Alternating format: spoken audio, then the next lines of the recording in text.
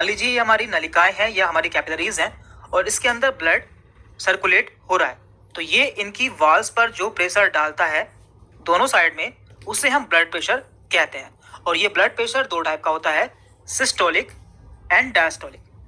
तो यहाँ पर सिस्टोलिक ब्लड प्रेशर हमारा ऊपर का ब्लड प्रेशर होता है, जबकि डायस्टोलिक ब्लड प्रेशर हमारा नीचे का ब्लड प्रेशर होता है। तो हम यहाँ पे जानेंगे कि ब्लड प्रेशर नॉर्मल कितना होता है और हम कब मानेंगे कि हमारा ब्लड प्रेशर बढ़ चुका है। तो देखिए, यदि किसी का ब्लड प्रेशर ऊपर का 120 होता है, यानी कि उसका सिस्टोलिक ब्लड प्रेशर 120 होता है और उसका डायस्टोलिक ब्लड प्रेशर 80 होता है, तो इसे हम नॉर्मल ब्लड प्रेशर मानते हैं, यानी कि वह व्यक्ति बिल्कुल स्वस्थ है।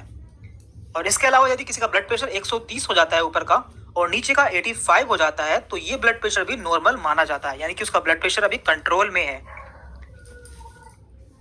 और इसके अलावा यदि किसी का ब्लड प्रेशर 140 ऊपर का होता है और नीचे का या फिर 90 हो जाता है, यानी कि यदि ऊपर का 140 हो या फिर नीचे का 90 हो, तो इसे हम थोड़ा सा बढ़ा हुआ ब्लड प्रेशर मानते हैं। एंड लास्ट में यदि किसी का ब्लड प्रेशर ऊपर का 150 हो जाता है और नीचे का 95 हो जाता है, तो इसे हम वेरी हाई ब्लड प्रेशर मानते हैं, यानी कि उसका ब्लड प्रेशर बहुत ज़्यादा बढ़ चुका है। और ऐसी कंडीशन में हमें तुरंत डॉक्टर के पास में जाना चाहिए, क्योंकि ये इमरजेंसी कंडीशन होती है। अब बात करते हैं ऑक्सीजन लेवल की। तो देखिए, जो भी हम सांस लेते हैं उसमें कई सारी गैसेस के साथ में हमारे अंदर ऑक्सीजन भी जाती है, जो कि हमारे लंग्स के एल्वियोलाई पर जाकर हमारे टिश्यू से एक्सचेंज होती है और हमारे ब्लड के थ्रू पूरी बॉडी में सर्कुलेट हो जाती है। तो इसका लेवल कितना होता है ये भी आपको पता होना चाहिए। तो हम देख लेते हैं। तो देखिए, ऑक्सीजन लेवल को हम ऑक्सीमीटर से मापते हैं, ये भी आपको पता होना चाहिए। और यदि किसी का ऑक्सीजन लेवल 94 है या 94 से ज़्यादा है, तो वो व्यक्ति बिल्कुल सामान्य है, यानी कि उसका ऑक्सीजन लेवल बिल्कुल नॉर्मल है। और यदि किसी का ऑक्सीजन लेवल 95 से 100 के बीच में आता है, तो उसका ऑक्सीजन लेवल काफ़ी अच्छा है। अब बात करते हैं कि हम इसे कम कब मानेंगे। यदि किसी का ऑक्सीजन लेवल 90 से 93 के बीच में आता है, तो उसका ऑक्सीजन लेवल जरा सा कम है, यानी कि उसका ऑक्सीजन लेवल थोड़ा सा कम हो गया है, और इसे आप एक्सरसाइज द्वारा सही कर सकते हैं। लेकिन यदि किसी का ऑक्सीजन लेवल 80 से 89 हो गया है या इससे भी कम हो गया है, तो ऐसे में उसका ऑक्सीजन लेवल बहुत कम हो चुका है, और ऐसी कंडीशन में आपको डॉक्टर की सलाह पर एडमिट हो जाना चाहिए। अब बात करते हैं हम पल्स रेट की। तो देखिए, ये भी किसी हेल्थी पर्सन की हेल्थ को मेजर करने के लिए बहुत ही अच्छा क्राइटेरिया है।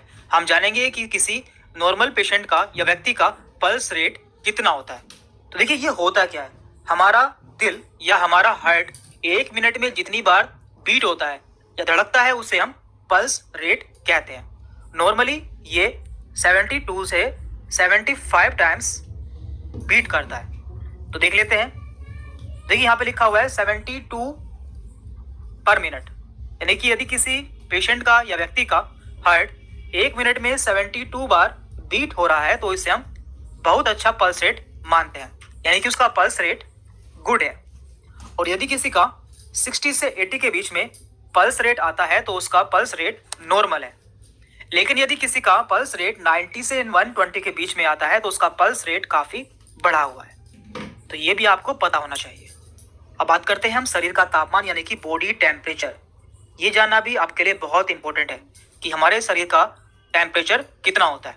तो देखिए, इसे हम थर्मामीटर से चेक करते हैं, और यदि किसी का बॉडी टेम्परेचर 92 से 98.6 के बीच में आता है, तो उसे बुखार नहीं है, यानी कि उसका नॉर्मल बॉडी टेम्परेचर है।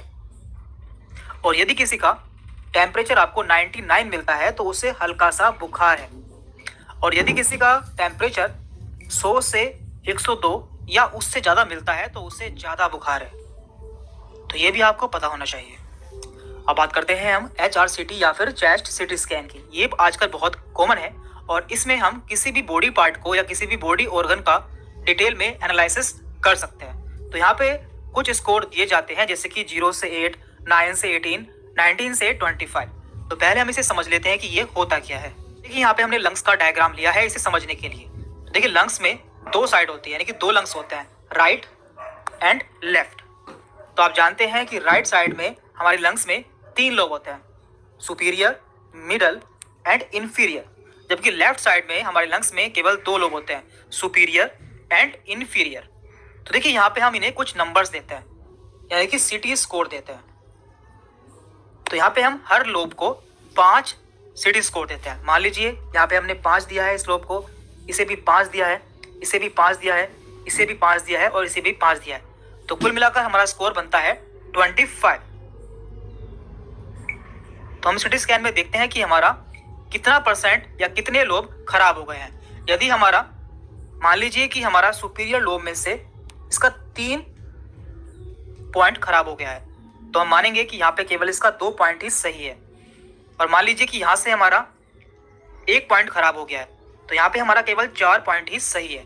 तो इस तरह से हमारा स्कोर बैठेगा, यहाँ का 5, यहाँ का 5 एंड यहाँ का 5, 15, 15 और 4 19, 19 एंड 2 21, यानी कि हमारा 25 में से 21 स्कोर आएगा। इस तरह से हम सिटी स्कोर में देखते हैं कि हमारा लंग कितना डैमेज है या उसमें कितना इन्फेक्शन हो चुका है। तो आप इसे समझ गए होंगे। तो वापस से आते हैं अपनी स्लाइड पर। तो देखिए यहाँ पे दिया हुआ है, यदि किसी का HRCT यानी कि high resolution computed tomography score 0 से 8 के बीच में आता है तो उसे माइल्ड इन्फेक्शन है, यानी कि उसे हल्का इन्फेक्शन है या उसे अभी इन्फेक्शन की शुरुआत हुई है। और यदि किसी का HRCT स्कोर 9 से 18 के बीच में आया है तो उसे मॉडरेट इन्फेक्शन है। और यदि किसी का HRCT स्कोर 19 से 25 के बीच में आया है तो उसे सीवियर इन्फेक्शन है, यानी कि उसे काफी गंभीर इन्फेक्शन हो चुका है। तो इससे आप जान सकते हैं कि किसी को कितना इन्फेक्शन हुआ है उसके लंग्स में। और साथ में आपको यह भी जानना जरूरी है कि माइल्ड इन्फेक्शन में जो कंडीशन है या इन्फेक्शन है वो नॉर्मल दवाई से ठीक हो सकता है, लेकिन सीवियर इन्फेक्शन में ऑक्सीजन एंड वेंटिलेटर की जरूरत होती है। तो आज की वीडियो में हमने कुछ ऐसे बेसिक पॉइंट देखे हैं जो कि आपको पता होने चाहिए, क्योंकि आपको ये सभी पॉइंट आगे चल